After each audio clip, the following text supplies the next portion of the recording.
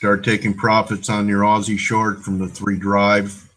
We might go to 71.80 or so, but I think it's time to book it. It's good for 180 pips from the 3 drive to a top formation. Here's the chart. Good turnaround Tuesday to everybody. So I stopped this on Friday. Hope some were able to ride this one. Now this is, we're gonna have 2 interviews today. Norm first and then Nicola later. Okay. Who's in the house?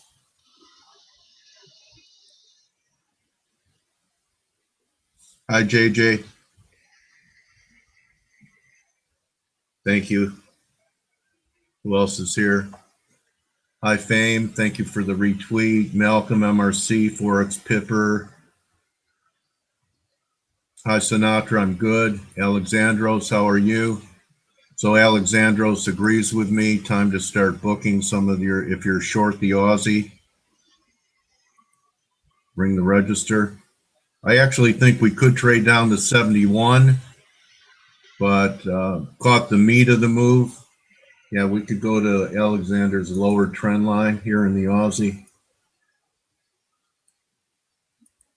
Nice look by Alex. Thank you, my trading warrior brother, Alexandros.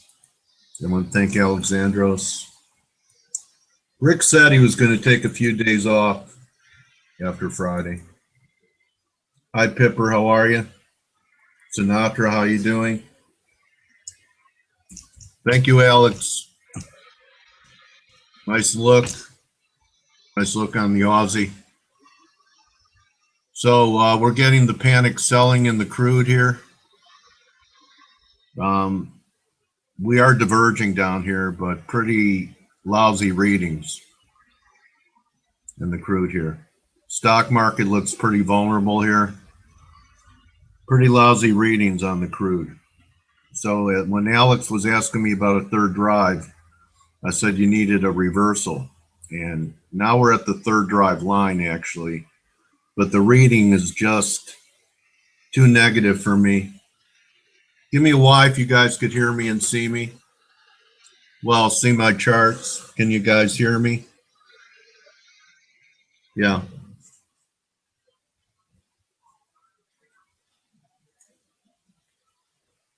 He'll be back. So you surfed the oil wave, buddy? Good for you, Sinatra. Congratulations.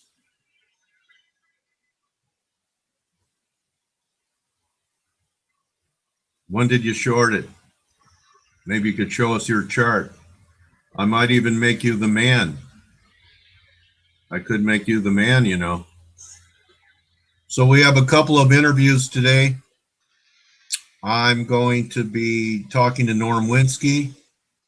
And then later on, a real special interview with Nicola Duke.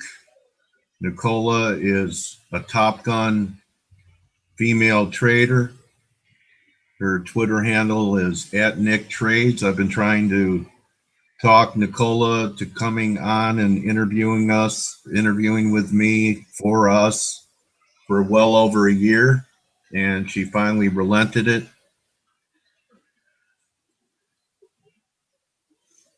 And she'll be with us in a little bit. Mauricio, are you in the house? How are you? You should go to bed now, buddy.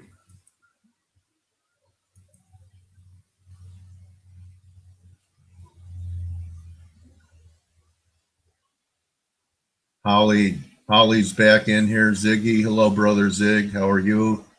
Love you, buddy. JM, how's it going? So this was a pretty good call from Friday. Probably besides the Aussie yen, it was the best call. And I know there were some people constructive the guppy. I didn't see it. I thought the guppy, I was asking if anyone thought the guppy was a short up here. Here we are at new lows, and the guppy still looks lousy to me. All right, well then I tell you what, Sinatra, you're the man. You're the man. Anyone second my nomination for Sinatra to be the man? He's been short for $4 in the crude oil. Hard to get short in the later stages of a move. So respect to you, Sinatra. Respect.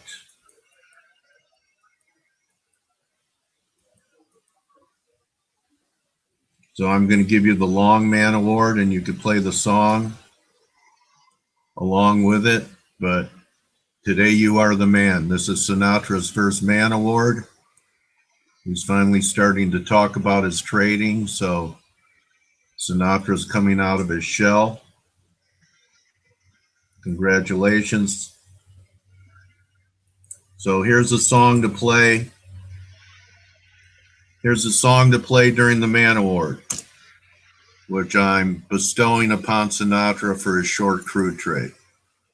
Here you go, buddy. You're the man. I better turn my volume down.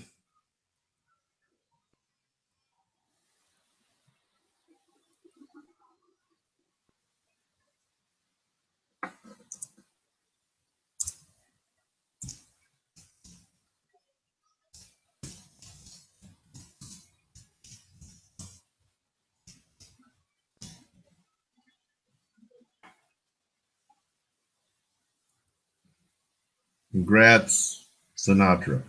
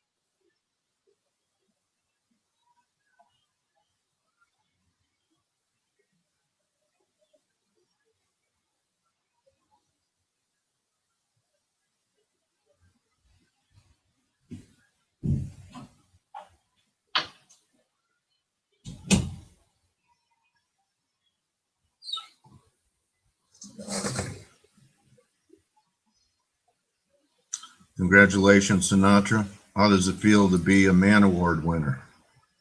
I know you've won many Grammys and Oscars, but I think this is your first Man Award, Sinatra. Hello, Khalid. How are you? What's up, Khalid? So Norm's going to be joining us here in a few minutes. I think he has some turning points he wants to share with us. Looks like yesterday was a pretty good turning point in the S&Ps. So up, down 300 Thursday, up 300 Friday, down 200 yesterday, then closes down 100, open 150 lower. This market action is unstable. At the minimum, unstable, and in my view, volatility mispriced. So stand by for Norm Winsky. It's like your first Grammy, huh? I love you, Khalid. How are you, brother? Happy Hanukkah, Khalid. Happy Hanukkah, buddy.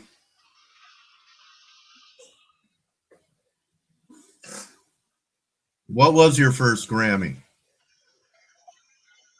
Do you know what your first Grammy was?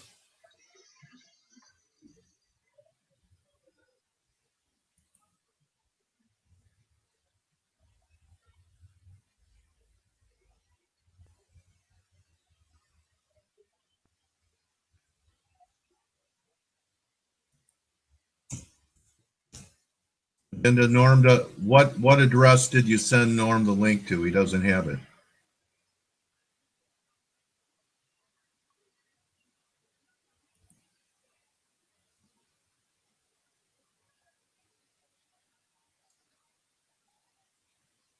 To this one.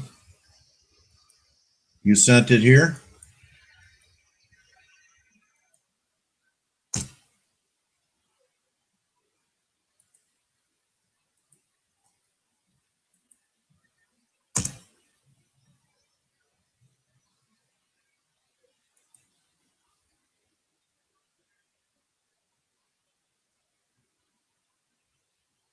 Okay. Thank you. Oh, shit.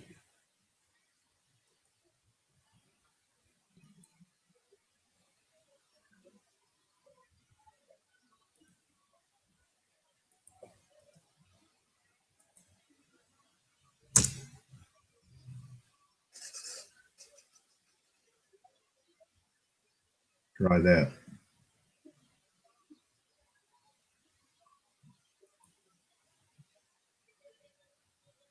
Everyone doing okay? I'm multitasking. Hi, Luimo. In what market, Jack? Jack, what instrument? And nice to see you again, Jack. Are you Jack from Australia? Hi, Peg. How are you? I thought the guppy was going to head south, buddy.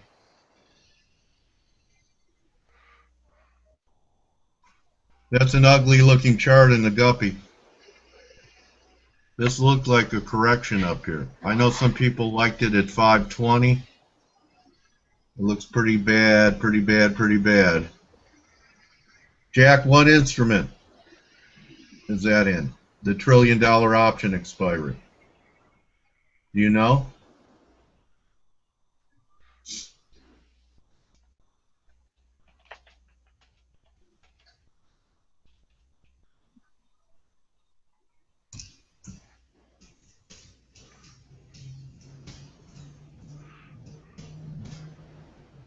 Okay. Norm is here. Hello, Norm. How are you? Good, Dale. Waiting Good for you. morning. Can you hear me? Can you turn up your volume a little bit? Turn up my volume. How do I do that? I got a headset. The speaker is Maybe it's loud. my volume that's down. It's mine that's down. Your volume is Okay. good. The screen is blank. I see little green lights popping up at the bottom. Yeah, I can hear you. I don't see anything. If you want to screen share, thanks for Okay. dropping by. Maybe the Thank you. turn was yesterday, Norm, huh? Oh yeah. Actually, if you read my letter, it was yesterday. I would have liked to come on yesterday, but I had a schedule conflict. Oh well, it's all right. I did it without you. But I Well, thank thought, I always look at your turning points within a day or two of it. So when you tell me you have something coming, I start paying closer attention to it. Because if you hit it within a 24-hour time frame, that's close enough for government work for me. thank you. I'm So working on screen sharing. Let's see. I wonder if it's me. It's like, no, it's not me. You go up to the left-hand corner with the green box and arrow. I did that. I clicked on that, and then what happens? Then a screen will show up. How about that? Can you see that now? No. Oh, okay. I'm going Then to a click on the screen green. to look. Yeah, screen. Then what do I do with that? Then start. Then click start. Start. Oh, okay. Oh, I see. They got little thumbnails that you click on, Yeah, there you go. and you start your screen share. Now, can you see that now? Yep. Is that a Okay. yes? Yes, we've got it, Norm. Thank you. Okay. Go ahead. Oh, okay, we're good to go. Yeah, this is Norm Winsky, everyone who's not familiar with him. I just assume everyone is because we hear from Norm usually about once every 30 days because there's always something happening in the skies that are significant. Norm would say probably every week there's something or every day there's something, but I want to thank you for being a regular contributor and sharing your planetary work with us, Norm. Well, thank you very much for having me on, Dale. Appreciate it. Happy Hanukkah. You happy Hanukkah to you, and happy holidays to all your listeners. So make us happy. What's the big play coming up here? Well, as you mentioned, we let me just do a quick review of the stuff from last month, Sure. so we can see what's working, and we might learn something from that. Yeah. One of my top things, Dale, is the what what's called a station point. That's due to the relative motion of the Earth. We have what's called apparent motion, how things appear in terms of the planets. If we were to go out in the night sky and plot the planets, it appears that the planets, on occasion, individually, stop their motion and then reverse their direction. We know that physically they don't do that, so you don't have to call the guys in the white coats, right? I don't really believe that they do that physically, but Einstein would tell you that relative motion is important. Just like when you're driving a Sometimes, car. sometimes my equity moves in reverse, even though I'm sitting in my chair. There you So go. I can relate. There you go. So So, what are we so if you're looking driving, at? Is this the S&P with your fractal? well, this is the chart we're looking at right now. Was last month's forecast, the blue line. Okay. If you're familiar, ever heard of Donald Bradley? Some of your listeners might have heard of Bradley's model. This is a Bradley style model. Read his book back in the early 70s. And so we quantify what the planets are doing, the different angular relationships, and plot them on a graph. The problem with the Bradley model is that it works well for a while and then it tends to flip upside down. This has long been a problem for anybody doing this kind of work. Cycle inversion. You're probably familiar with that, Dale. Yeah, And so, I've noticed that with the Bradley Seidel and the others that you have a turning point, but you don't know in what direction. right. Well, the old running joke among my friends that were into this is over a beer, we go, gee, if we could only forecast when it's going to flip upside down, we can all get rich. So anyway, here's what so the station points often correspond to a inversion in the energy. So they can turn it can turn a positive energy into negative energy and vice versa. So here we have a white box with a red arrow. That's a station point. You got a little planetary symbol there for Neptune. SD, stationary drift. That means it's going to stop and turn to go forward. It was going backwards, and that's in Pisces. So that I was forecasting that there. When I went on your show a month ago, I said watch out for around the 17th, 18th. I was looking for a turn there. I was off a day. It turned on the 16th, and then amazingly, based on astrological rules, uh, the market should have been going down, down, down, but I forecasted it was going to invert here and go up, up, up. So now I think we're still possibly in the inverted mode, and we had some very, under traditional rules, very negative cycles here into Thanksgiving and early December, and the market continued to have an upward bias, and that's what I was looking for because I thought we had an inversion here. So anyway, that's a recap of last month's stock market. Here's a quick, if you got my letter, called me up and got the letter last month, you would that I had covered about 30 markets. I usually highlight about 10 to 12 or so. And we had T-bonds. I had 3 dates forecasted for T-bonds, the 10th, the 16th, and the 17th. Here I show you on the chart here, the T-bond chart. There's the 10th was the exact low of the month. That's LOM, that green arrow there. We have it rallied up to the top of the channel here for a quick high. At the next date was the 16th, and then we made a quick pullback on the 17th. So we potentially had 3 potentially profitable dates, 3 out of 3. That's 100%. Nice work. What's that again? Nice work. Thank you. I know your folks like currency stuff, so here we go. Here's the U.S. dollar. I forecasted 8 dates. 7 out of the 8 were potentially profitable dates. We only had this one clunker here with the red encircled bar here. That indicates a clunker. Here I had the low of the month on this pullback here, and so forth. So I have to work on that clunker. Huh? Well, the biggest day in the dollar and specifically in the euro was on the ECB last Thursday. Did you have something for that? Because I know you Well, only covered, I believe, into the end of November. well, the charts I'm showing you now are taken out of the December letter, which was published back on the 29th of November. November. So this is Right. just recapping the previous month's forecast. That's all. Right. I have some future charts coming up here in a moment. Okay. Here's the C Bank, which is my nickname for the central bank of Canada. I had a couple of things. I had a double astro radar alert for Canada last month, where I have two things I follow of a Canadian nature. We have the Central Bank of Canada, and we also have the Canadian National Chart, based on their astrological chart. And so we had several dates pop up here, and I track, and to monitor that, I do the Canadian dollar and also the Toronto Stock Index, which is the TSX. And you can see here that moving down here now, we had, let's see, Canadian dollar. And let me get to the results here. We hit on the Canadian dollar, I hit 5 out of 5 good dates.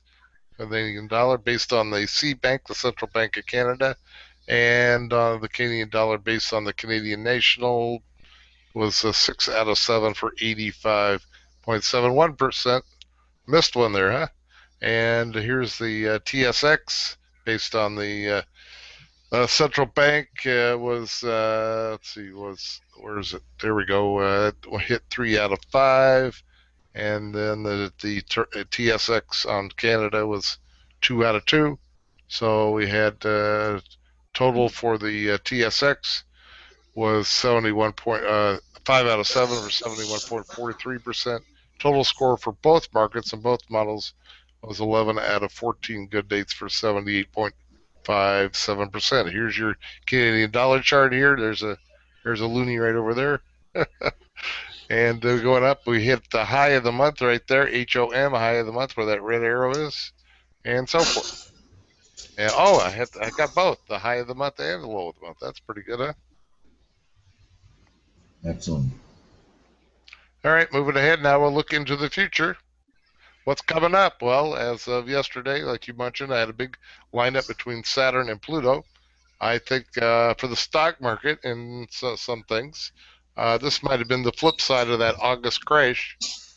We had this thing happen, but now I think we're inverted, so I think we made a high there, possibly made a high there yesterday, versus the crash low came around the August 24th, 26th window, and this aspect was last exact.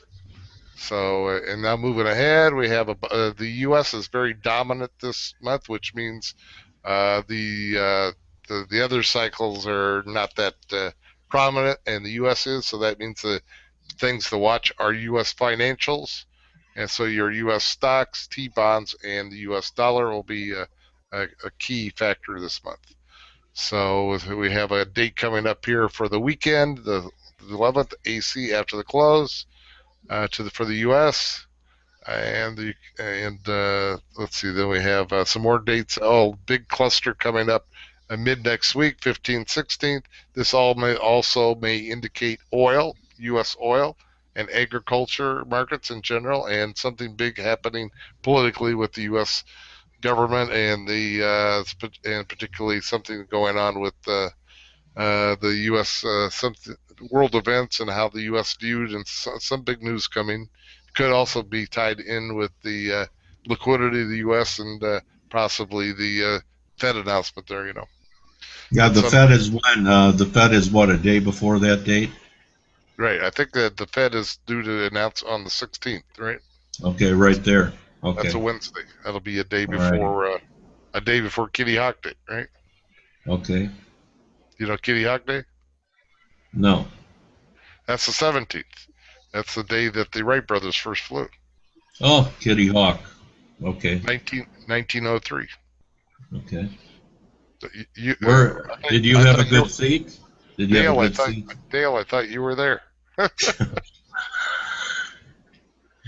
All right. Moving ahead here, we got some other things coming up here. Oh, then my next mega window, kind of like I probably my two biggest windows were yesterday, and then we have December 25, where I know the markets are closed that day, but the planets don't care, and so here we go, an outer planet station point. The outer planets are the most powerful, and so we'll have Uranus turning direct on the 25th. That's I have it indicated here as after the close of the 24th, and so that's a big deal for copper and stocks. So moving ahead, looking ahead here, here's the stock forecast. Basically, says what I already just said. Watch for the around the 7th and the 25th of the stock market. We have the here's the S&P chart as of last night. You can see how this is since the back in about 8 months ago when we topped out here in the March, April, May time period. You may remember that I nailed the S&P to the day there back in May. You Had did? the S&P and the Dow within one day in May. And now we had the big down there in late August and the retest on the lunar eclipse, which was Sunday night on September 20. Yeah, the September 27th was lunar eclipse. Was that low right there? And since then we've rallied up, and now we're getting to, as of a day or so ago, we were getting up to this lot of resistance up here, just above where the market got to a day or two ago, right? What's your planetary intuition telling you about this? If we break this uptrend in the S&Ps, is your belief that it'll just be corrective, or is there potential with what you're seeing for us to retest and possibly take out those lows made in August and late September? I think eventually we could do that. I think we're going to have, if we get any more rallying here, and we could pull back and then rally into, say we get a low next week, and we come back up and go for Santa Claus rally. I think then we might be topping out in late December, early January. I haven't done January's work yet, so it's hard to say. Okay. But I So think we'll we pull have back and then maybe a rally into Santa Claus. And everyone will get the Santa Claus rally they're looking for. right, but we have to stay flexible because we don't. I'll tell you one thing about these station points. I go over that here in these notes. Does everybody get to see these notes, or do you post them, or do they just have Yes, to? they go. We could see two paragraphs. All right. Well, you can go. Here's the important things for these station points. I give you 3 points that usually happens for these station points. It has a high batting average for forecasting an important change in trend within one trading day. Number two, this usually occurs at or near the high or the low of the month.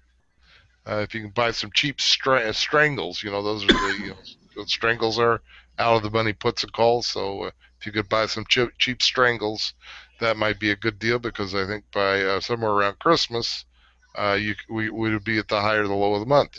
So that might work out. Yeah, that's Planetary your guess that the seventh may have been the top, and we go down into Christmas. we could, yeah. Yeah. I'm Okay. just throwing out some different scenarios. That's what I said in the letter. I threw out the Okay. possibility that we'd have a Pearl Harbor. I think I said a Pearl Harbor top and a Christmas bottom. Right. But I also have a big cluster next week, and I don't like the. I'm not thrilled about the way this thing's setting up here. We didn't have an extended rally. We did. It wasn't this. We didn't have this top. Have a big rally, and then you get extremely overbought, and then you get the big turn. This is pretty messy here. So Yeah, it it is. makes me a little suspicious of this But high here. let me ask you this, Norm. I know it's not planetary, but you spent time on the floor. So Yes, sir. Thursday we were down 300, and then Friday we were up 340, and then Right. yesterday we were down two. Um, that type of market action to me is indicative of a market topping because markets bottom in silence and they top with violence. And to me, it's kind of a sign of instability. You read it that way? I like your catchy phrase there. Yeah, bigger picture, I would agree with that. I also think, the bigger picture, if we consider this economic expansion, bull market, whatever you want to call it, started in March of '09, and now we're, well over 6 years, which is one of the longest, bull markets, economic expansions for a long time, So this So is March will be 7 years. This March that's right. 2016. They seldom go that long. And another thing to consider is in sort of the modern era here, since certainly since Reagan, every president is that's since Reagan has left office with a recession. Yeah, good point. Yep. Yeah, So Obama took office. The S&Ps were 660. Fell apart six six going into the we election. made we made our low at 666. Yeah, Did you know that? I know. I know. It's on my forehead, Okay, there you go. so I could buy, sell, and trade. Probably Um, probably your PIN ID for your bank account or something, right? yeah. Well, yeah. So, All right. some good stuff, Norm. All right, let's move ahead here. Got to get you Oh, into currency land, right? yeah. So here we go. Japanese yen. Here's what I got some stuff coming up here for the yen. We had a possible turning point yesterday. Here's the chart here, the yen futures.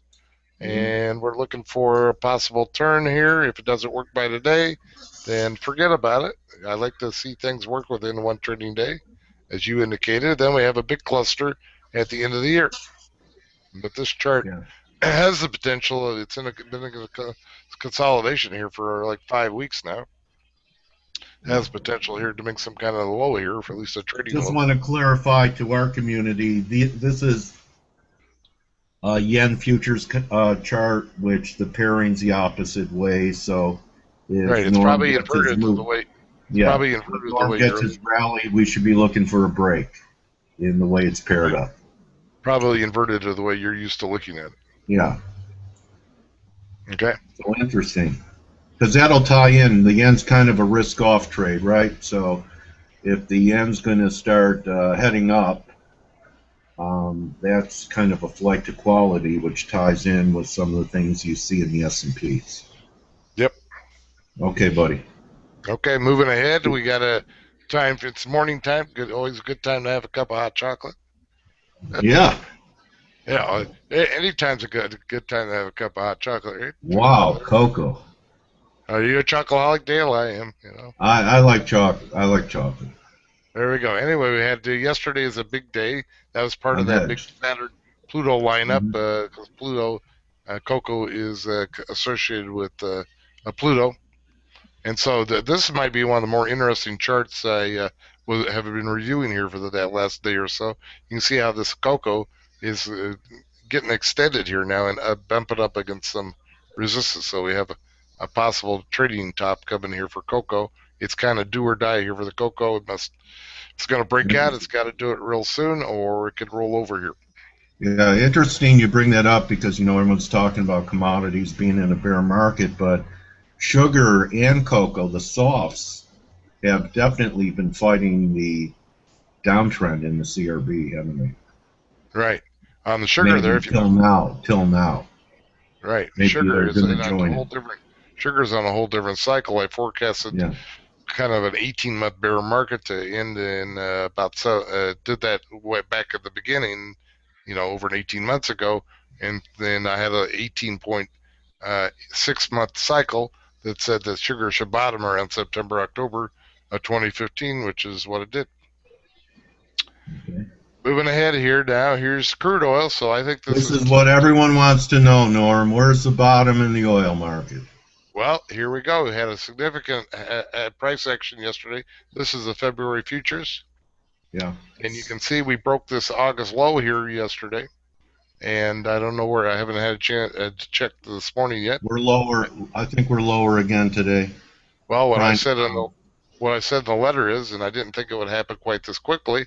If you we're break at this level 38. here, the next big level is back to the '09 lows. That was $32, $33, right? Okay. So everybody will No, be happy. no, no Filling up turning your point. tank. So you would ignore long. You'd Well, I ignore think we have long some turning turning points. points until then.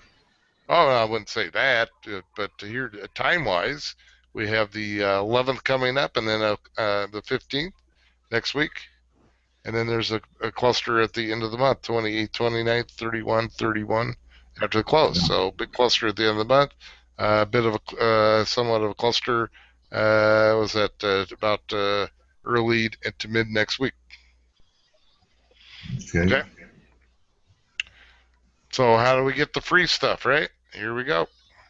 I'm having some Before you email do that, trouble. or while Norm's doing that, if you guys have any questions for Norm while he's still here, if you just text him, I'll ask Norm. So go ahead, buddy. Okay. Just so they know that I'm not just some crazy guy off the street. I've got over 40 years experience. I'm a former Chicago floor trader. I was on the CBOE and the Chicago Board of Trade. So I've been doing this a long time. I've been doing it my entire adult life. And the study GAN, Elliott Wave. If you, I'm going to offer you a free copy of my current letter and a class that goes with that. About a 3-hour class. You're going to learn some Astro, some GAN, some fractals, advanced Fibonacci, including Lucas numbers and all kinds of things. I'll try to cram 40 years of knowledge into about 3 or 4 hours, and then you can ask, then we'll follow up with that over a period of time. So because we got the holidays coming up, I'm going to ask anybody interested to please contact me right away, because then the last 2 weeks of December everybody goes in the holiday zone and nothing gets done. So if you can contact me right away, I appreciate it, and then we When's can your get. next class start after in January? Well, the terms of the course, I do the class with the letter whenever anybody contacts me. Usually do that within a day or two, but I have the course, and that's officially starts in February. But I can get people started ahead of that, so we can get people actually could pre-register people and get them, and they can jump the schedule and get a jump on that. But first, we gotta get them the letter so they can see if they like this or not, and if it fits what they do. And then there's a class that goes with that, like I said, for about 3 hours. So you can, if you're in the U.S., you can contact me on my landline here in sunny Florida at 239-594-3939. You can Skype me at norm.winski. And let's see, I have a temporary email address here until I get my email issues cleared up at Norm Winski. That's NORMWINSKI at yahoo.com. So Norm? there we go. I think I got all my contact info there. And So looking forward anyone to that's helping. interested in learning about planetary analysis, Norm's the best. Thank you. So And not only you get that, but I have some other things in there people like. I have the fractal models, which are really fantastic. I do those for the currencies too, and they've had some great success with that. The Japanese yen, 2 years in a row in what was that, 13 and 14. Man, that just the fractal model. I get that in February based on the January price action, and map out the whole year. And that's been a very high correlation on the for the Japanese yen, and also the nailed the high of the British pound uh, uh, back in 14. I think within a few days. It was unbelievable. okay, So, partner.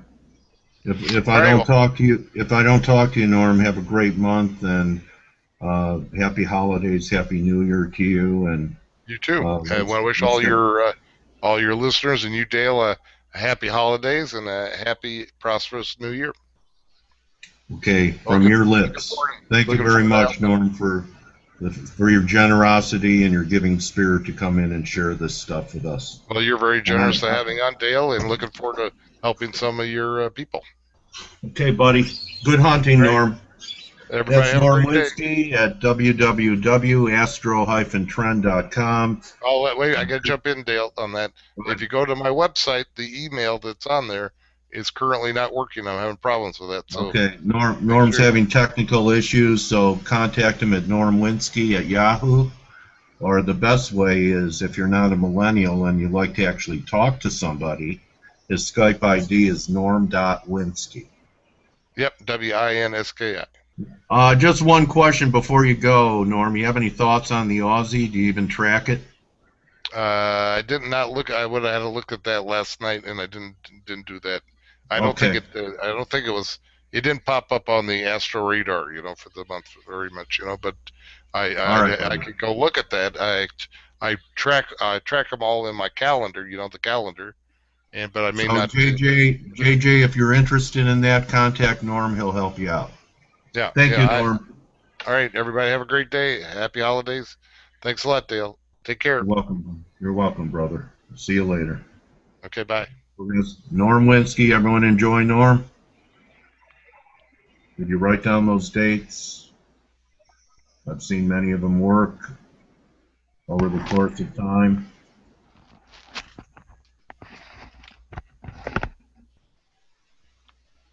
Everyone doing okay? We have another interview in a little over half an hour with Nicola Duke at Nick Trades.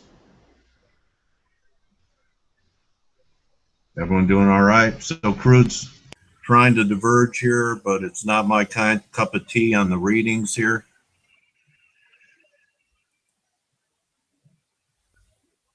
We are diverging. See this? Maybe this is our second drive. Here's two drives here. I wouldn't be short anymore. There's your first divergence. But it's not ideal for me. It's way under 30.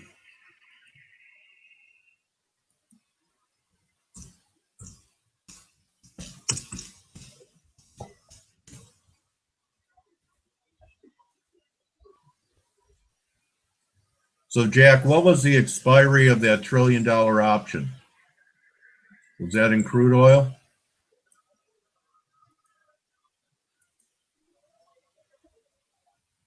How's everyone doing today? Khalid, what are you looking at? Ali, Luimo, Jack, Malcolm, MRC, Alexander, JJ, Forex, Pipper.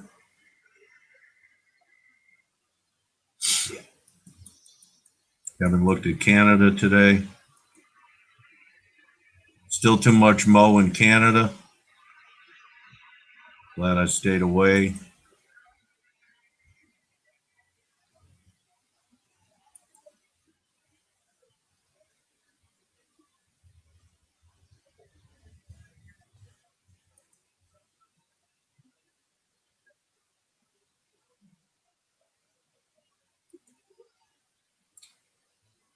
Again, I'd be booking partial profits in Euro Pound. If you got long before when we were talking about it, I think we're completing something short term in the Euro Pound up here. I thought it was possible here, but we're beginning to diverge. This looks like drive 2 in the Euro Pound here. Okay, Alexandros. Good hunting. Everyone wish Alexandros luck. So here's our second drive in Euro Pound up here. Non-confirmation, but above 70. So if you're still long Euro Pound, go to the door. I think you may have a chance back down at 71 to do something. Yeah, you called that yesterday. Nice call, Alexandros. I've seen a cipher pattern that could take it down to 71. So everyone thank Alexandros. We're sharing a live trade right here on the long side of Aussie at 71 and a half. I think that's what he said. Isn't that what you said? 71.50 stop. So he's long here with a 71.50 stop. Reasonable. Thanks for your share, Alexandros. Thank you, buddy. Everyone thank Alexandros. I think he's the only one that's shown charts today. Anyone else have charts they want to share today? Thank you, Alex. Nice look. Will everyone see this non-confirmation in Euro Pound right here? So take heed. It's not a short, but it's at least a liquidation of longs, or at least half. Give me a Y if you see the divergence in Euro Pound there. You don't have to agree with me, but acknowledge you see it.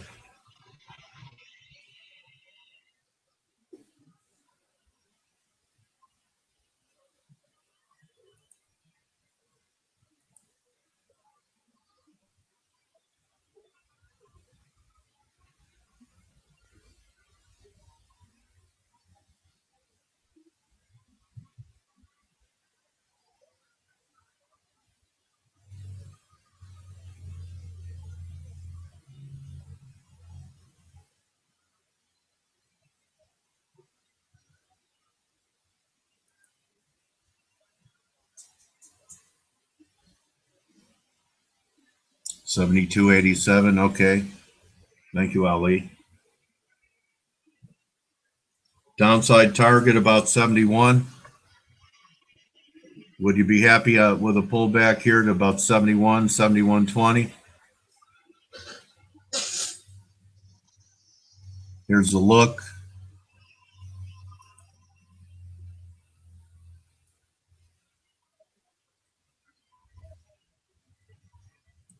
So we could pull back to 71.25, Ali. I think it'd be a buy there. I'm actually looking for 78 to 80 on this trade before it's done. Hello, Euro Pound. How are you?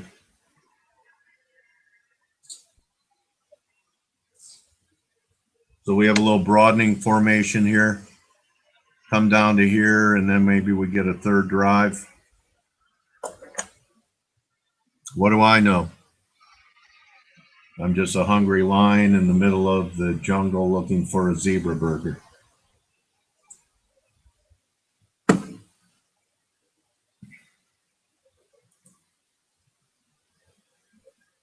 Again, it's trying to turn again.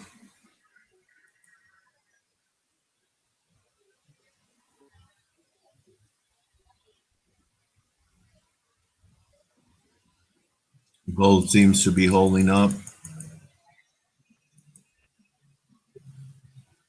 Yeah, gold pop.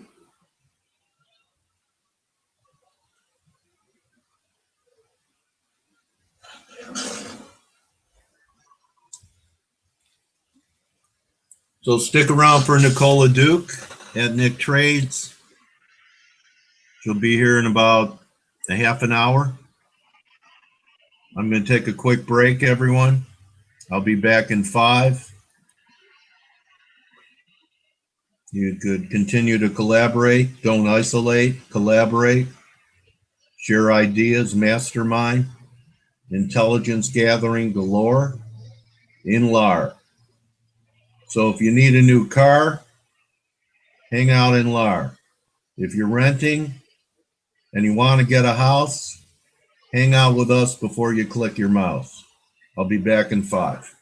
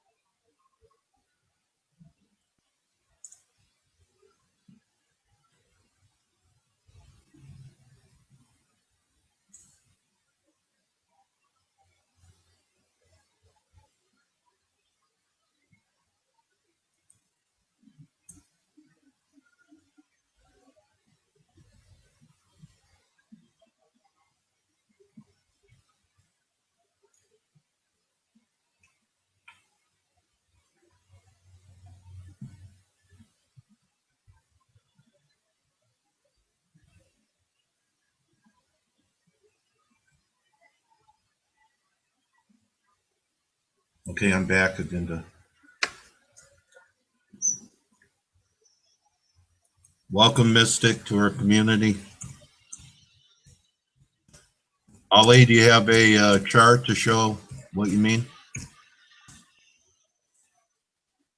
Welcome Mystic.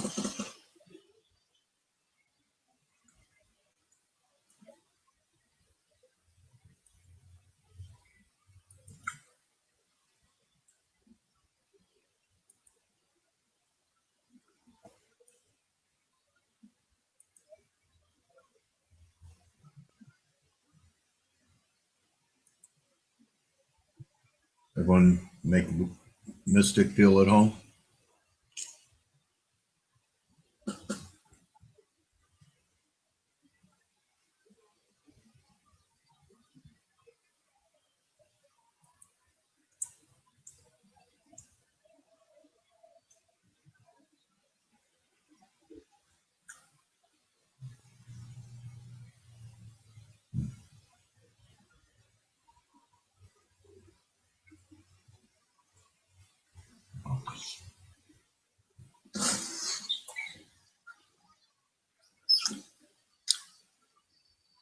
Stand by for Nicola Duke.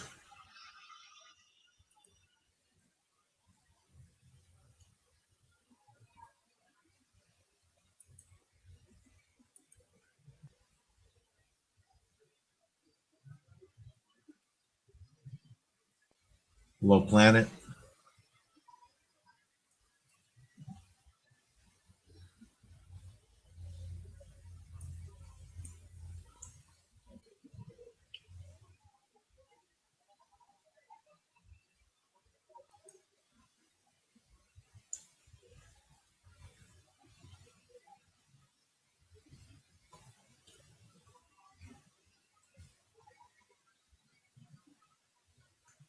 Any other shares? Any other charts?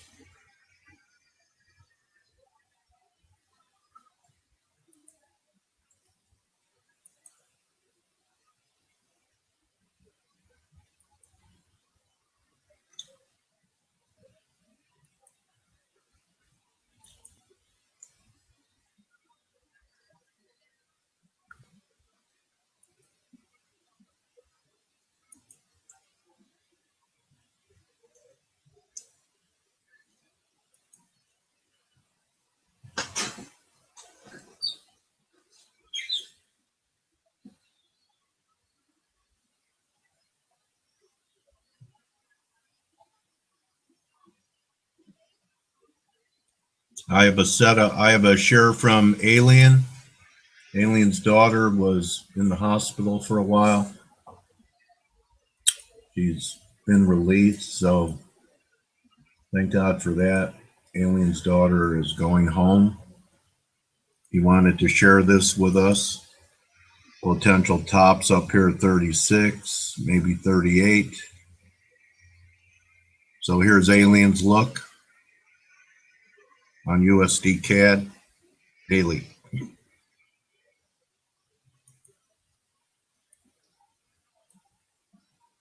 So I'm sure once his daughter is doing better, Alien will rejoin us.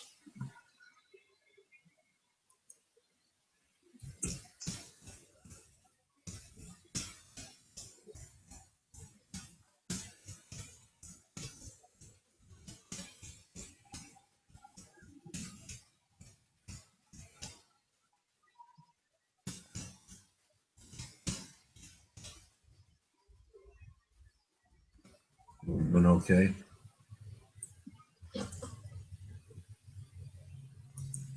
Nicola should be with us soon.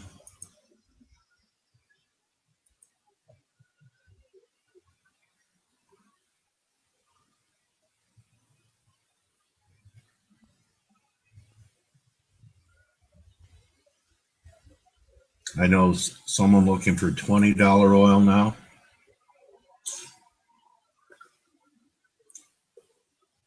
Was a pretty good tactician.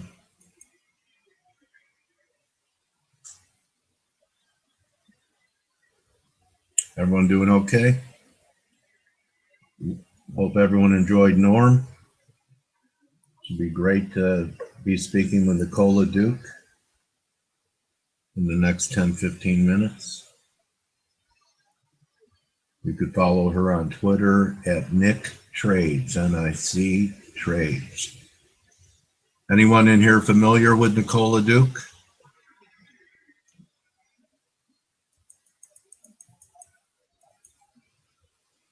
Alexander's bottom picking Aussie right here. Looks like he has it working. WTI. First bounce with the divergence here.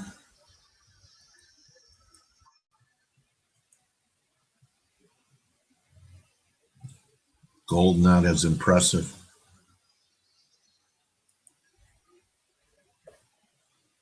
Dow down 200.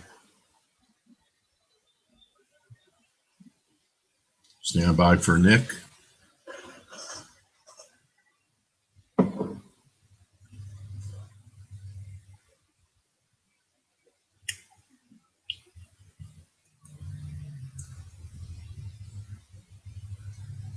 Everyone doing all right? Fame, how are you?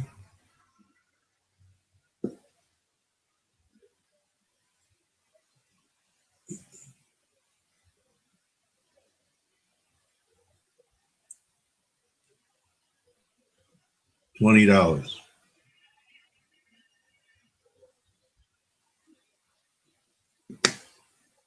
Extreme case, $20. But I'm looking for some type of bounce in here from this 36, 35 range. I don't think you're shorted right here, Planet.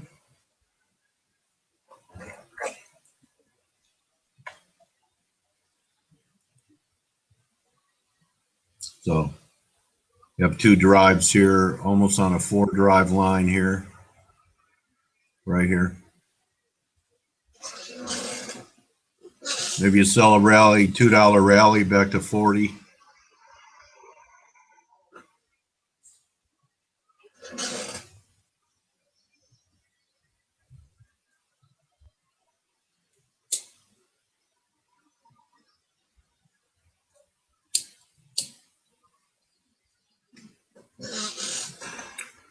Enough about what I think. What does Lar think? Let's see some oil. Let's see some oil looks, guys. Let's see some crude oil looks. Get a nice pop here in the oil. Does it help in the stock market? A little bit.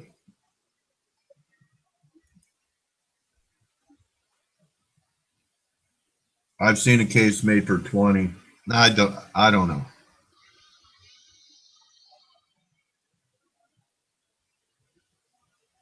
Yeah, they're real good friends.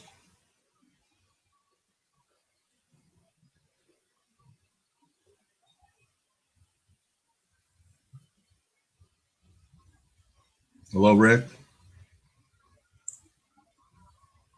JJ was calling out for you. There you go, JJ. JJ's been missing you. Everyone else probably too.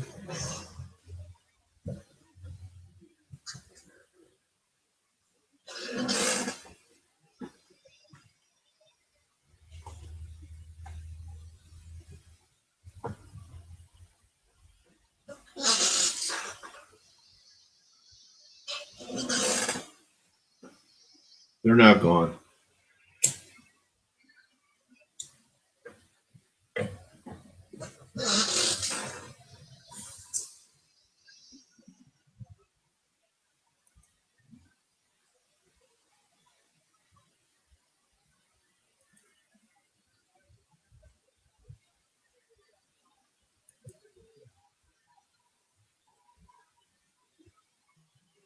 Everyone doing okay? Stand by for Nicola.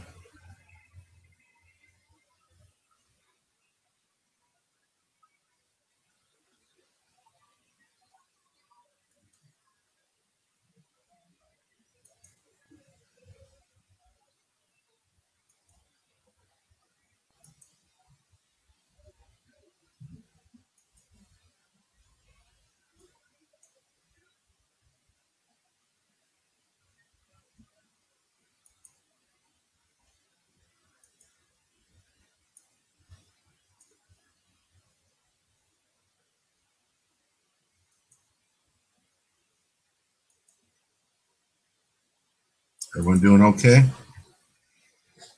Stand by for our second interview with @Nick Trades.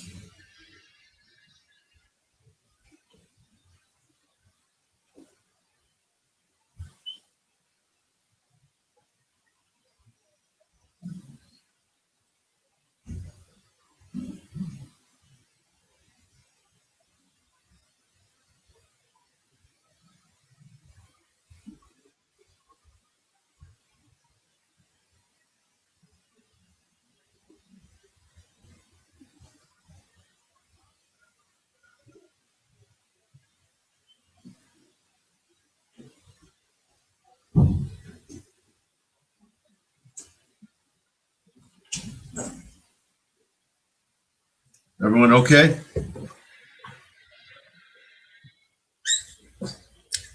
Nice recovery happening in crude oil right here.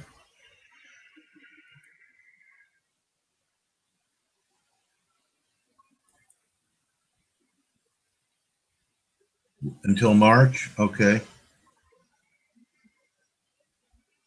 Yeah, JJ loved your S&P call, Ricardo.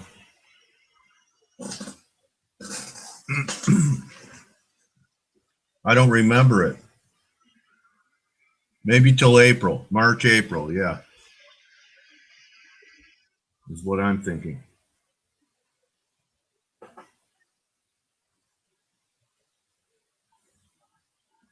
Everyone doing okay? Nicola should be with us in a little bit. Nice call by Alex down here. 35, Rick. Okay. I kind of have some stuff there. So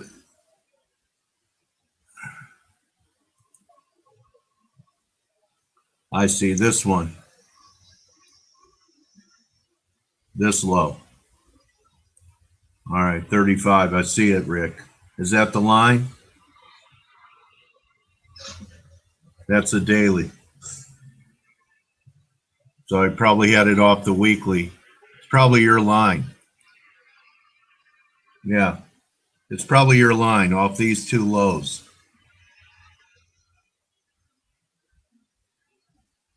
That'd be a third drive. Pretty nice divergence down there. We'll be over 30 on the weekly down there. Everyone see this? This is your weekly crude. Here's drive 1, confirm low. Here's drive 2, divergent low. We have to take this low out, which was 37.92. We haven't done it yet. But this RSI is going to be above 30. Give me Y if you see the weekly divergence in the crude oil here. See this? That's a big picture look. That was a great call back then, Rick. So you guys don't have to agree with me, but give me a Y if you see the weekly divergence developing in the oil market, with people starting to talk $20 oil, $10 oil. You know we're going to rally from 35.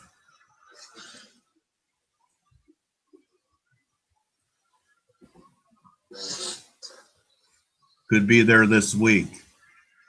So is that it, Rick? Because what you posted, file not found or expired. It's okay. So you guys see this weekly divergence? Drive 1, drive 2, drive 3. See this? Above 30 still. So don't get crazy about getting short for $20 crude right away. Capiche? Capiche, Frank?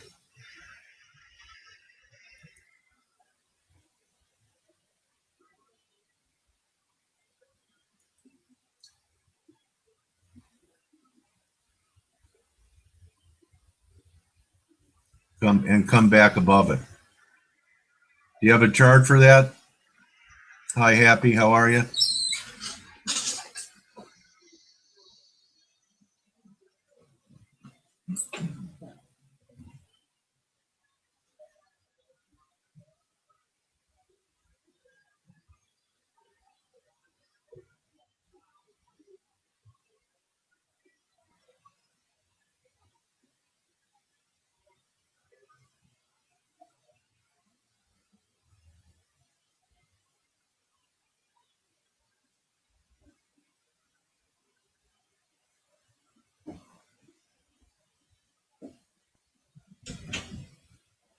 Stand by for Nicola Duke.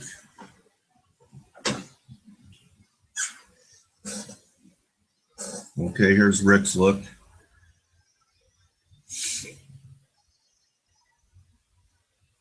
Okay. It's a low of the 0708 oil crisis, too. Here's Rick's macro look in crude.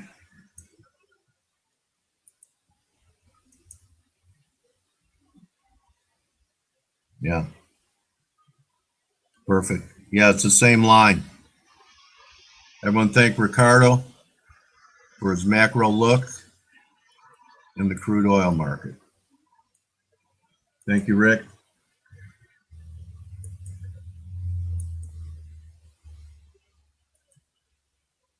I'm doing fine, Happy. Have you been polishing? Okay, thank you, Ali.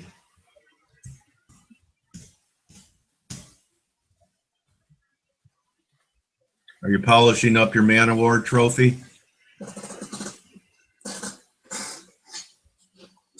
Yeah, the daily doesn't look so great, but I'm glad you take that 30 number to heart. Well, it's above 30.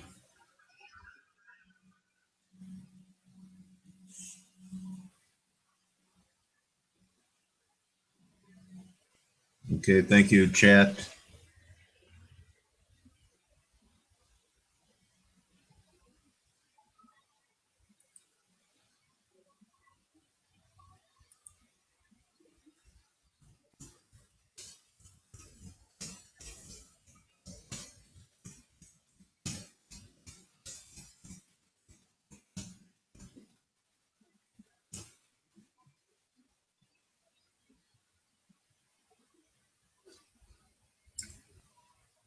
Yes, I am. Do you, Adinda?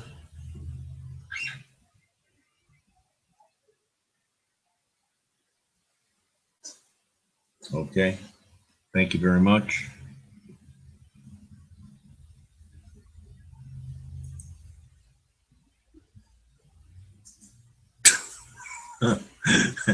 You have to do it in your imagination.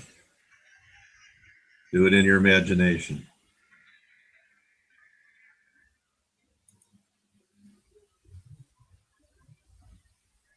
Aussie yen was a huge winner, wasn't it?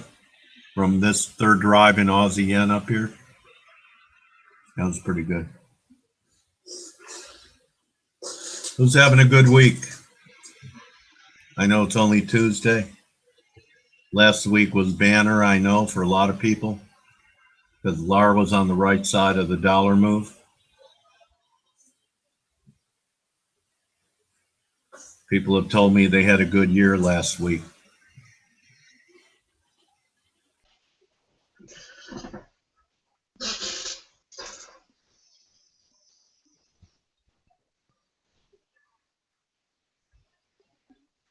Just waiting for Nick to get here. Top Gun. She's a Top Gun.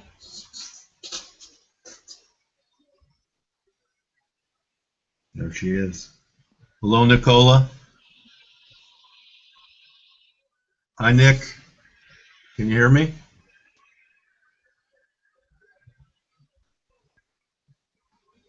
I see you. Hi, Nick. Can you hear me?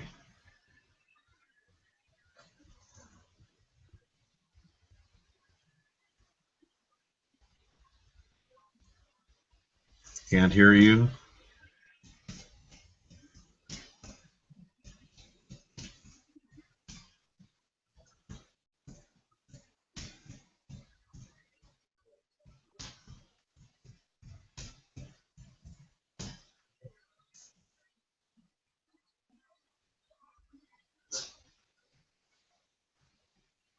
at Nick Trades, working out the technical issues with Hangout. We'll give her a little time.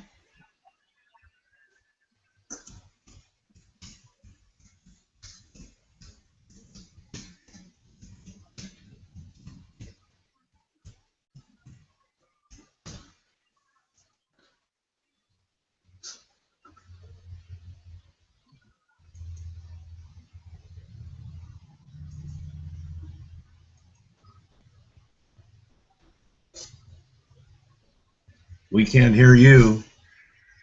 We can't hear you, Nick.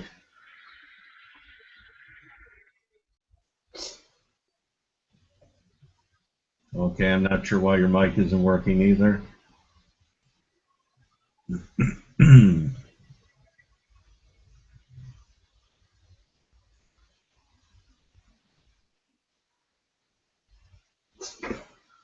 Maybe are you muted? Are you muted in Hangout? Adinda's saying try and log in again. You're not muted. Why don't you close it and come back? Okay. Nick will be back.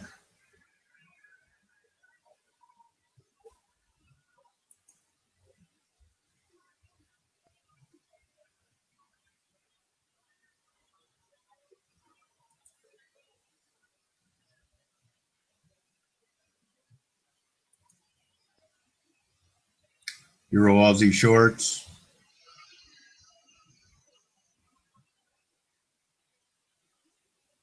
Yeah, the chart was good, Rick.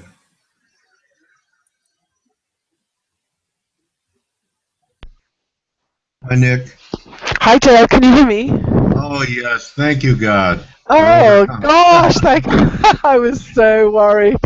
Thank you so much for joining us today, Nicola. I told the community I've been trying to talk you into coming in to join us for well over a year. Thank you for finally granting an interview. I feel bad because I got cold feet every time, and I would think, oh, why does anyone want to listen to me? So, well, yeah. I know the Twitter world was pretty excited about you coming in to talk to us today, and don't sell yourself short. I did read your bio, and it's interesting that you were a traffic controller for the Royal Air Force. I know I used Israeli jets to promo you on Twitter. Yeah. So here's my question to you. Once you started trading, which I also read, classical technical patterns and harmonics, etc., did you feel uncomfortable seeing the lines intersecting, which you had to avoid as a traffic controller? No.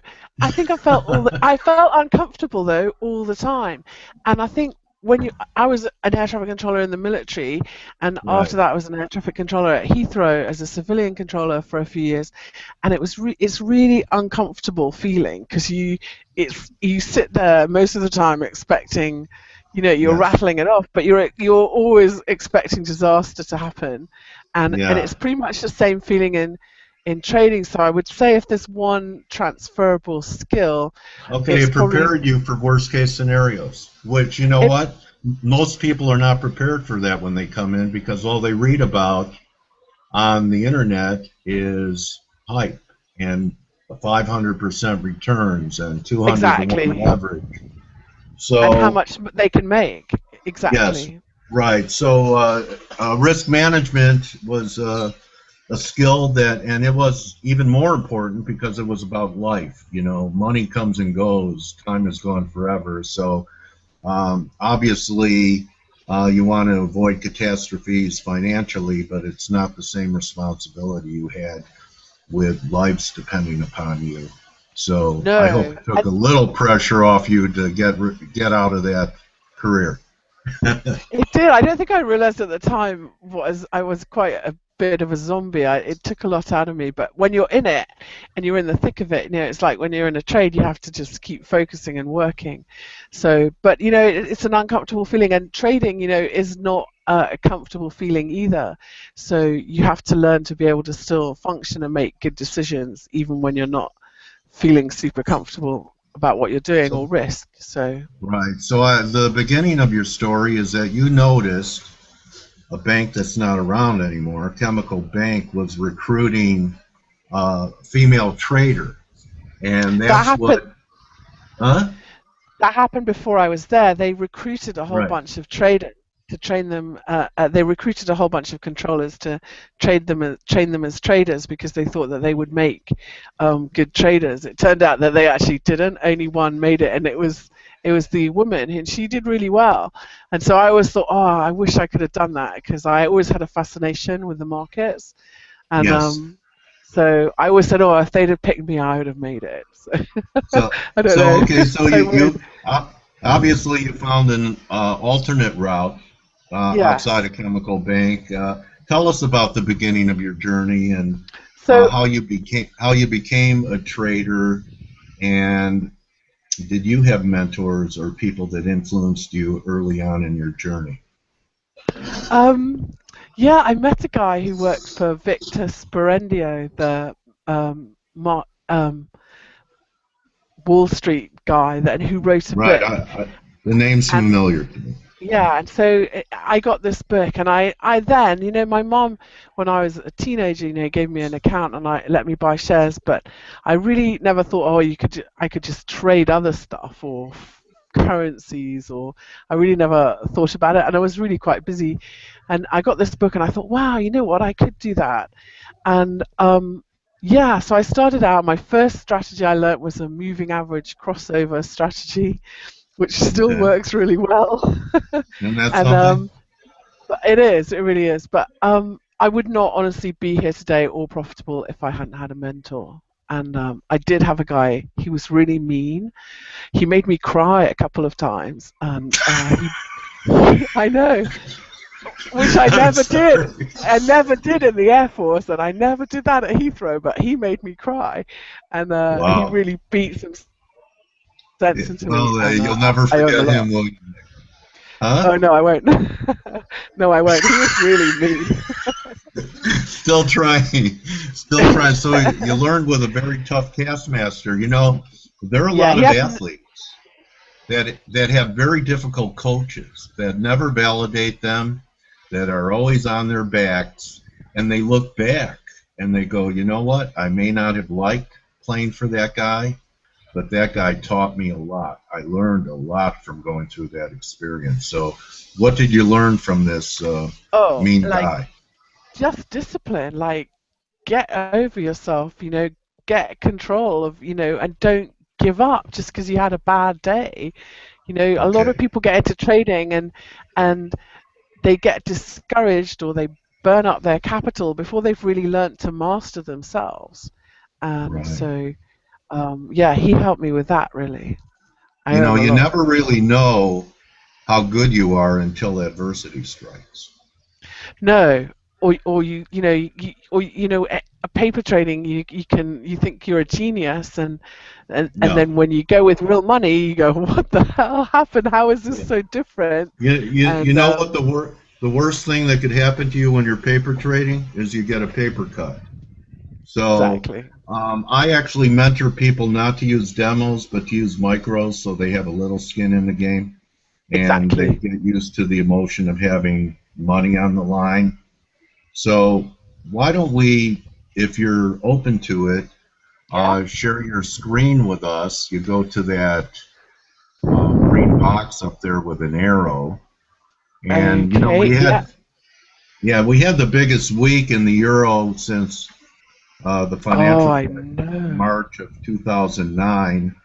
And you know, now the debate is on. You know, the bears are going, what a great selling opportunity. Very few bulls still thinking that could have been a significant low, and parity has just been put off a little while. Curious what your views are going into the Fed, which is only a week away on some of these different instruments. So I see your charts now. Okay, so I just here's my euro dollar chart. Like I'm a big fan of measured moves, ABC corrections. I'm always looking for. I think they're great trading opportunities. And for me, I'm just going to go to my. While you're So I trading grains and coffee, or you're trading, you have the whole commodity world on your screen right now. Oh, have I shared? I thought I only shared one screen, but I'm It's sorry. okay. Yeah, no. Can you? Okay. Um, So I still yeah, no, see, I I still do. see, I see the corn and the beans and the coffee. Okay, I'm on the wrong screen. Hold on, let me So maybe you have to fix that. unshare and then click Yeah, and then share I'll again. sort that out. Stop sharing, and I'll pick the right screen this time. I'll go to this one. Who thinks Nick is doing great? Could you tell that this I'm so warrior, nervous. this trading warrior sister is has stage fright, and you don't have any stage fright with us, so Okay, it's a thanks. great interview. I'm still there we go. Okay, so I have the Okay, so euro in front of me. here's a weekly chart of the euro dollar. I really see this as an A B C D correction. So this is the first leg of the correction. This is the second, and I'm looking for a third leg before we continue lower, and a proper tag. We could go all the way up to 118, or we Yeah. could stop back in the 114s and kind of make a wedge. But that's basically what I was looking for. I was looking for this low to hold, yes. Okay, well, yeah, that was a huge day. And so it was a huge day, but if you come down, if I go to a 240-minute chart, you can see there's a looking for really nice, 107.5 or so for an entry. yeah, so I am. It was a really nice declining wedge, a false break at the bottom of it, and Right. so, but that was really hard to catch on the day. Like you have to be really. So the same here. Yeah, I'm looking for an ABC correction. So I expect we'll do something like this, and we'll come down 107.5. We might even just make a. I don't know. Depends how many trap shorts we've got, because this was a very crowded trade. I think Oh, you can tell that's that by what the happened. reaction. I mean, I was looking for 110 in about 6 weeks, 8 weeks. I know. Not 3 hours. I've seen some really big December moves in Eurodollar before, though. This isn't the first time. And you know, when the Fed did, I think I'm really quite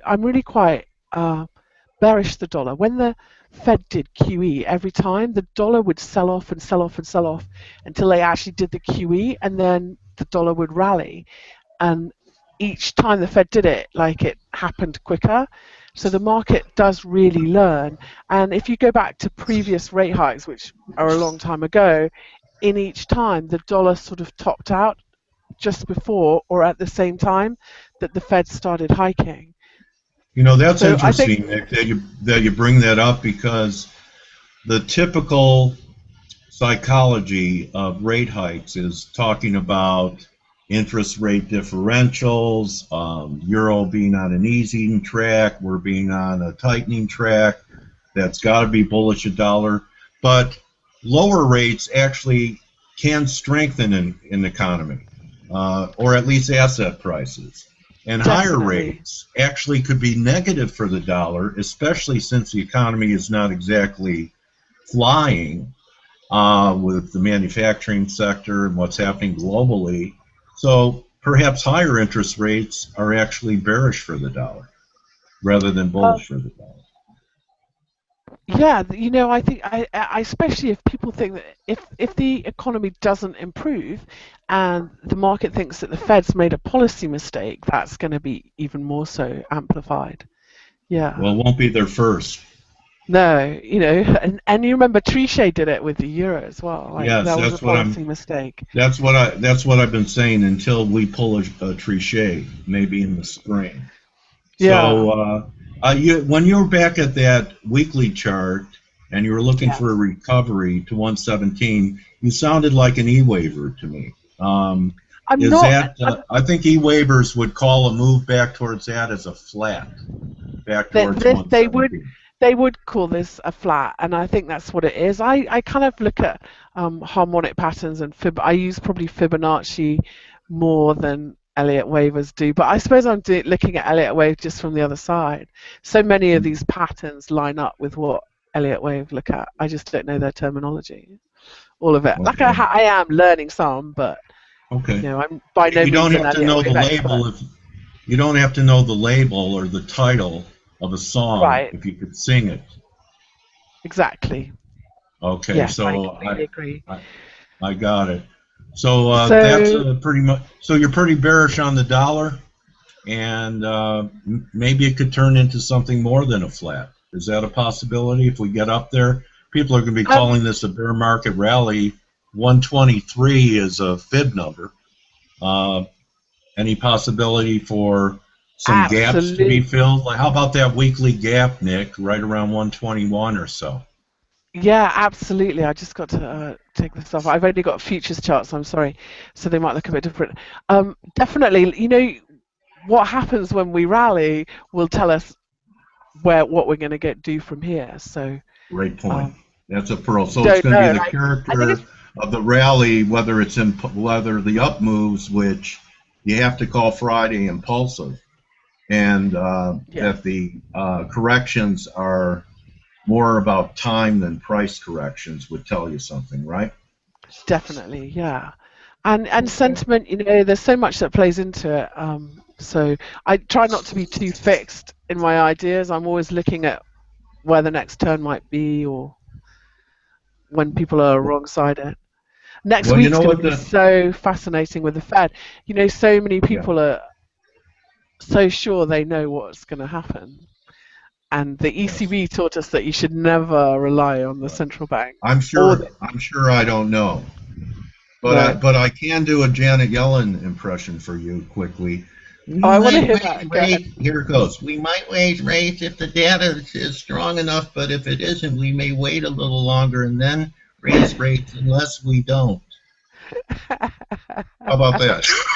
That's a really good impression. He I is really told you good. we'd have fun. So you know what? It's starting to remind me of the euro.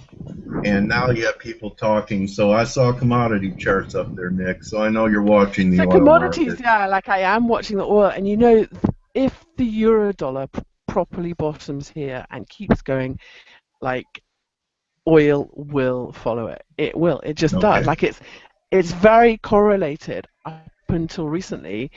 They will converge again. So oil does follow the dollar, Yeah, but and I think like the big debate is there's some of us looking for around the 35 range. All I know is when I start hearing people talk about $20 crude, like it's a layup next year, 30 for sure, which is I think certain production costs.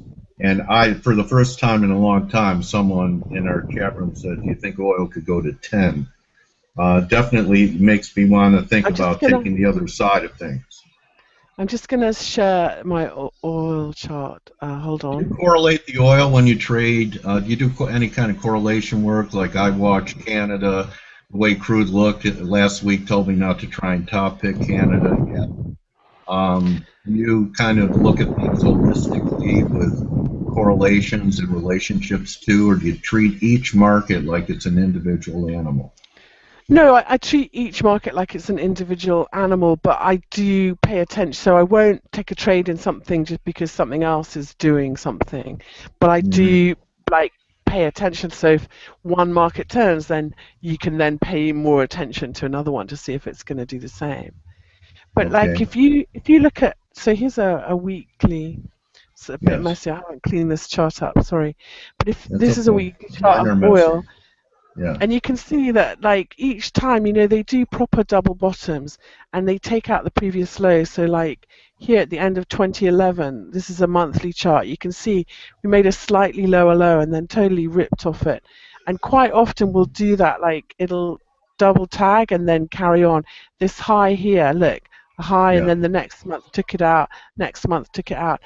I could quite easily on this chart see that we take out those previous lows and then really rip in oil. Okay. What a not great like look. I'm not going to say, oh, we're going to $80 or $100, but the sentiment is super bearish at the moment. How And about back to the confluence? They look like moving average lines to me back around 62 again in that exactly, last chart. yeah, no, exactly. Actually, crude has a favorite Fibonacci, which is the 78 Fibonacci. It'll go back Okay, there if it can. 78.6. 78.6. It almost always, Okay. and you can go back and take a look, like even on an hourly, like it works on most time frames, but you'll see that it really likes that one. That's a pearl. That it's one of my top tips, which that would take us back to about 48. So, if we bottom Okay. here, All right. but What it's about gold? The gold shares. I was schooled that the shares turned before the commodity, and gold kept making successive new lows, new lows, new lows, and the gold. shares GDX could not make new lows. So basically, is that going to be a dollar story too? I think we saw a good bounce in the gold because sentiment got too bearish, but I do think that we haven't finished and that we're going to go tag 1,000, maybe 990. And I'll Okay. show you why. I'll just flick over to gold.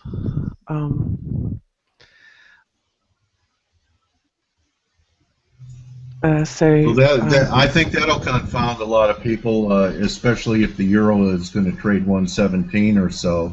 For the euro to turn up and the dollar be weak and the gold continue its weakness, right, you're but probably going to have people talking about $500 gold if we get down to 990. it's But been a long time though since gold has traded as a risk off asset where you go and hide. I good don't. point. It's more risky, and I think that if the euro dollar really rallies, it's probably because stocks are going to sell off following a rate hike, and I don't know that they're going to necessarily run into gold. If you put a really big long-term fib on this as well, so. Can't remember where I got it from. Hold on. Yeah, 61.8 back is 880, which was the high in. Exactly. So I do think that that is probably, especially if you look at all the other fibs, like I always look when I put a Fibonacci on for a good reaction at the 23.6. It's a trick Yeah. somebody taught me, and it's like my handbag. It's so important. So if I see it react there, I know it's probably going to work on all the other ones.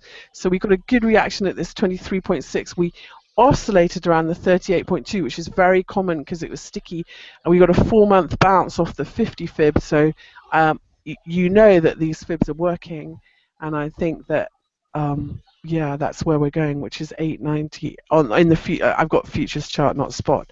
So Okay, well, 880, if you 890. look back to 1980, we had a different country invading Afghanistan. That was a 20-year high at 880. Oh, there it is. Look, yeah. So Yeah, so that would be, and that high held for 20 years. So what a natural place for it to come back to. yeah, so there's the line. Interesting. Exactly. Yeah. Maybe you could help Good. me out with one more instrument, Nick. Are you Go up for ahead. it? Yeah, no, U.S. I don't dollar, mind. U.S. dollar yen to me has been an enigma. Dollar making all these new consecutive higher highs, and the yen hasn't made a new high for 8 months, maybe a year, and thinking that if we're right about a dollar pullback that continues for a while, and possibly you mentioned that you think the S&Ps might be vulnerable after a Fed hike. Today's pretty negative looking action to me. I actually think we have to test those September lows, take them out. Perhaps the yen is peaking here. I'd be interested in your view. Okay. Because there still are a lot of people saying 129, 130. Okay, so I've got a yen chart here, and I'm just gonna share it. Hold on. Hold on. And guys, I'm going to be, if you have any questions for Nick, go ahead, text them, and I'll pose them. But Nick is going to give us some clarity in what I think no one really has clarity in. Maybe Nick doesn't even have clarity in U.S. dollar yen. I'm interested in her view since we trade the crosses. Okay, first of all, I'm going to apologize to everybody. I've only got a yen futures chart, which is That's dollar fine. yen upside We'll down. turn the chart upside down. Okay. So I am bullish yen and I am bearish dollar yen. Okay. And this is why I think that from the August high, we've made an ABC correction, which I'm marking here. I am And not here seeing it. is, can you see my screen? Okay.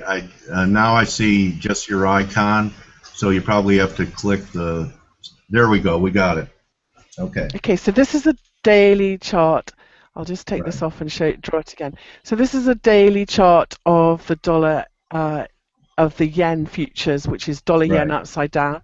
So Right. we had a low in June and a low in August, which was the highs that you saw, and then Right. since then, and a really strong rally, and then since then we have, I believe, made an ABC correction equal. So here's the first leg there, Right. and there's the second leg there, and this line, which is what we're holding.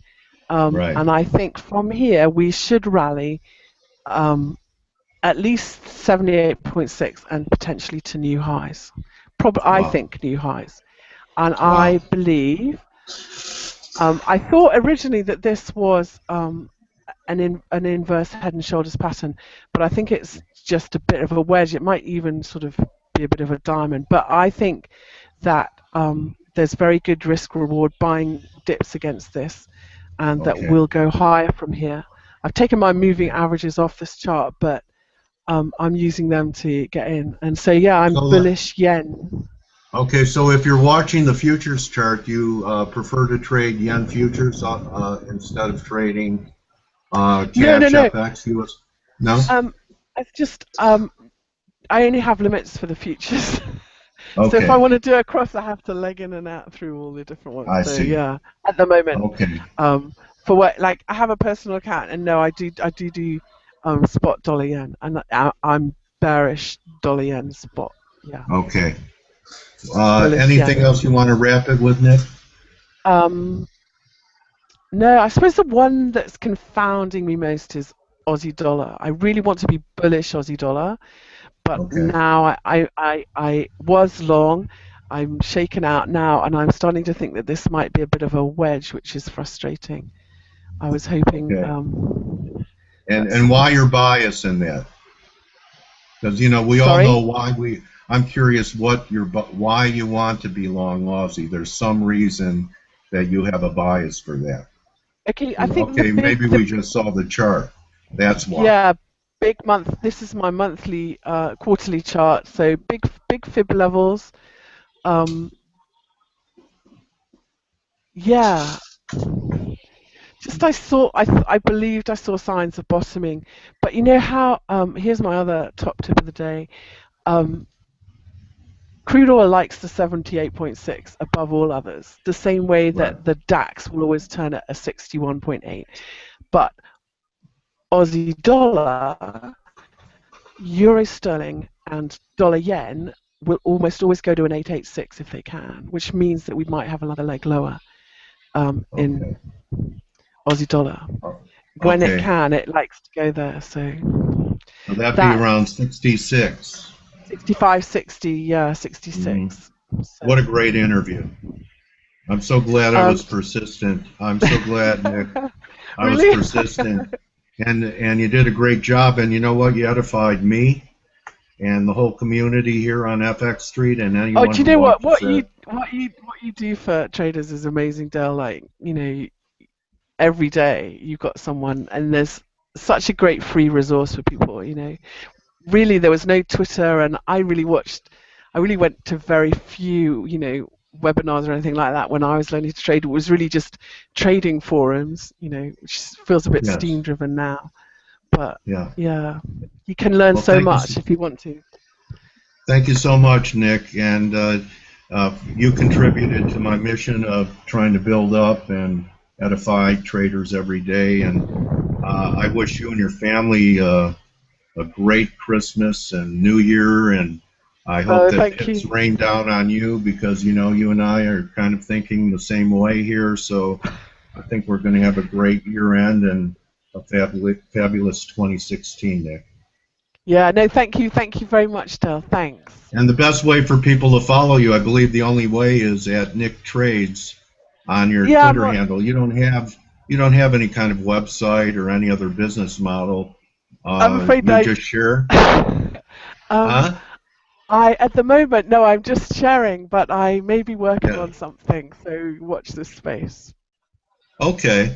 Well, you let me know, okay, Nick? And Definitely, yeah, really, no, I definitely will.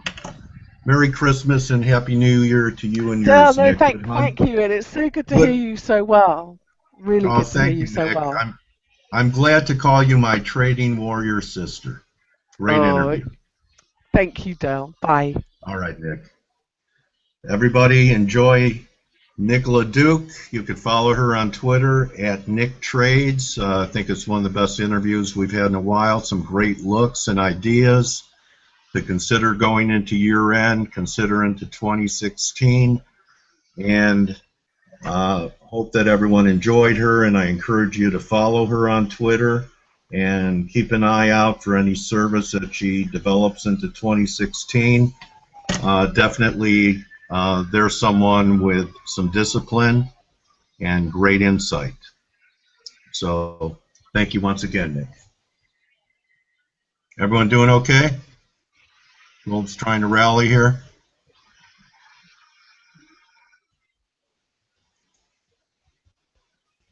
Give me why if you think Nicola Duke is great. Here's my why. So, persistence pays, my friends. The squeaky wheel gets the grease. I just would let time pass and then ask her again and let time pass and then ask her again. And smart. So she's talking about a huge move in the end. Huge move. Everyone doing okay? Gold's trying to pop.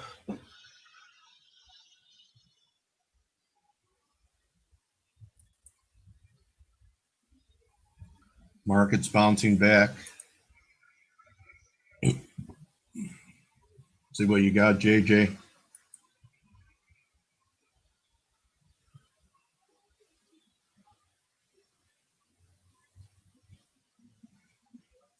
Yeah, good. That's a nice looking channel.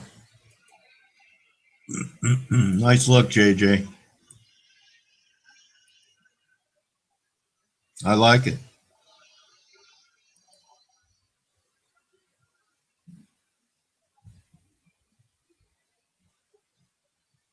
Thank you, JJ.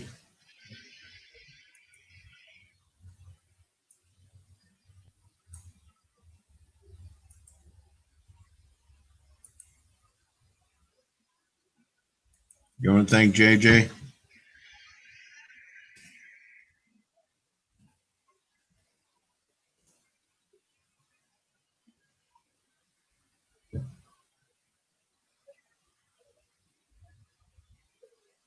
Nice look. Everyone doing okay? How you doing, Happy? Sinatra, Ali, Euro Pound, Planet. Malcolm, how are you? Jack, Mystic, hope you're enjoying your first day here in LAR.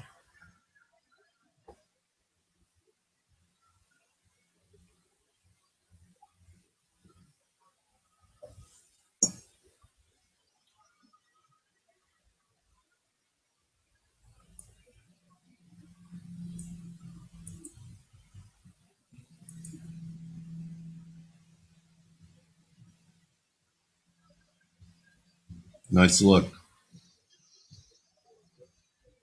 Everyone doing okay? Khalid, how you doing? Ricardo, MRC, Forex Pipper, everyone doing okay?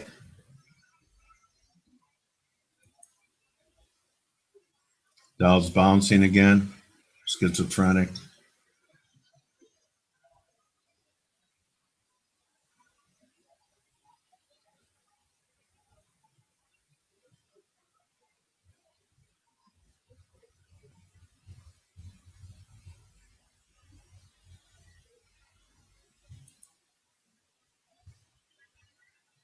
Thank you, Rick.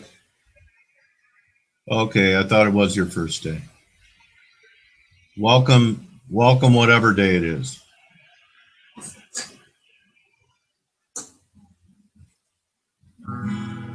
Use less leverage when you trade the markets. Use wider stops so you don't get picked off.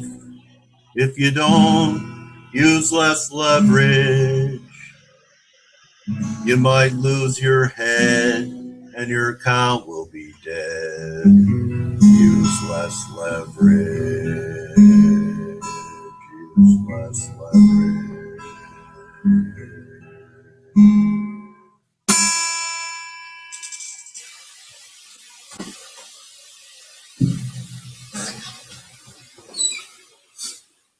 72.21. Okay.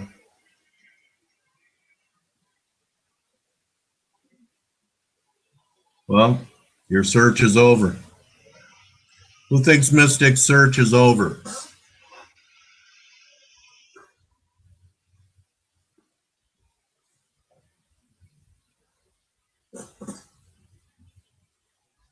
And I tell you what, if you're not happy, Mystic, I'll wire you a refund the same day.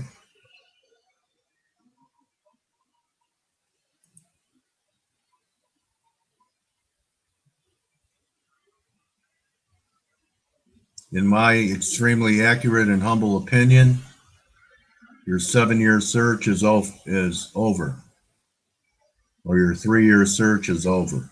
Who agrees with me? Who thinks LAR is a constructive and helpful community? Give me a Y if you do. There's my Y.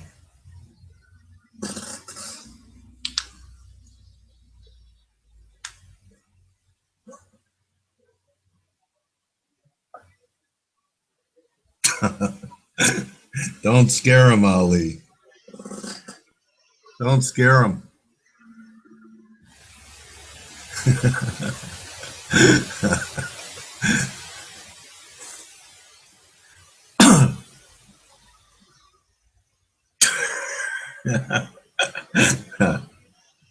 Oh, you owe me big money, Happy. You better take your man award to the hawk shop, to the pawn shop. You better take your man award to the pawn shop, buddy.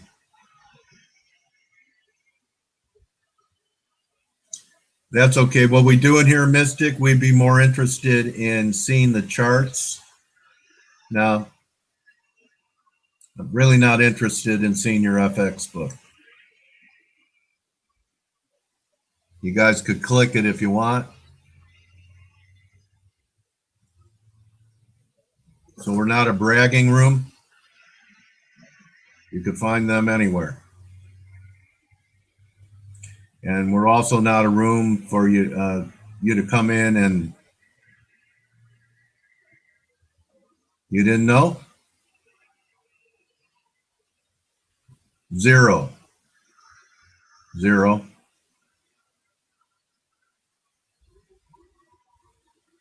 That's true.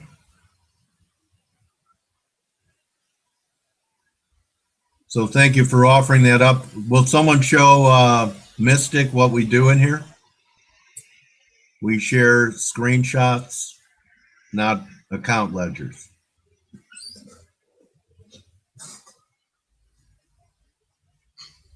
Someone post a chart for Mystic.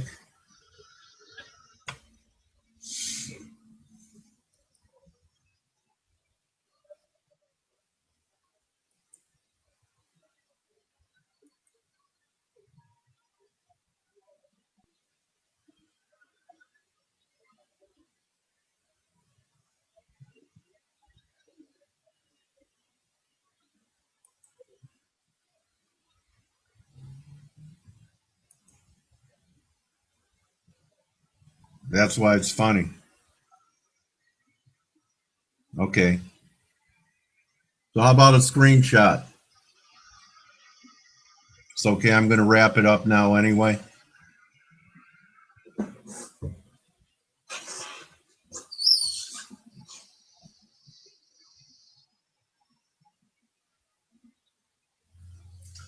So starting off with Euro USD, I continue to favor buying breaks down towards 107 if offered in the next few trading days. US dollar yen, if we get a rally back up here towards 124, I'm interested in the short. Euro pound, I think I pointed it out up here. I think we're completing something. We could get a pullback. This was drive 2. Could get a pullback to 71.40 in the days ahead. USD CAD, still too much mo for me to want to short it yet, but I think we're getting close. Wait for that capitulation move in crude. I think that we're getting very close in the crude oil market down towards the 35 level down here. I think that's when I want to be looking at the short side of USD CAD. So everyone have a good day. I want to thank everyone for their contributions today. If Laura's helpful to you, you can say thank you by establishing an account if you're a non-US resident with FX Pro. Yeah, it looks like it's breaking down, doesn't it? Down to 180 is coming, isn't it, Ricardo? I talked about it yesterday. I couldn't get anybody to respond. Yesterday I was saying it looked like a short to me. Right in here. Most Larians favored buying a break to 85.20. Or are you looking for a low here? Now I think you sell the guppy back at 85.20. Okay, everyone, have a good day. Enjoy the rest of your day. Don't just count your pips, count your blessings. Okay, Ricardo, thank you. Thank you, Ali. Thank you, Holly. Mystic, nice to meet you. Happy, thank you. JJ, Sinatra, Europound, Planet, Khalid, Fame, Jack, Malcolm, MRC, Forex Pipper. Yeah, I think you sell it back at 85.20. All right, let's wrap it with Ricardo's. 184. We're right there. Oh, if we break it. Got it, Rick.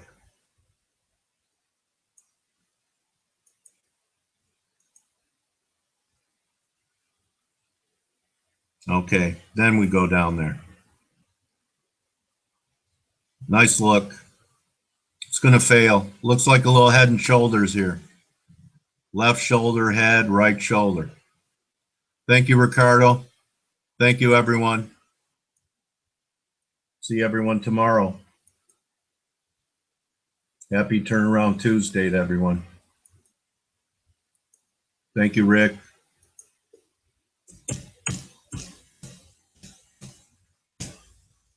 Adios, everyone.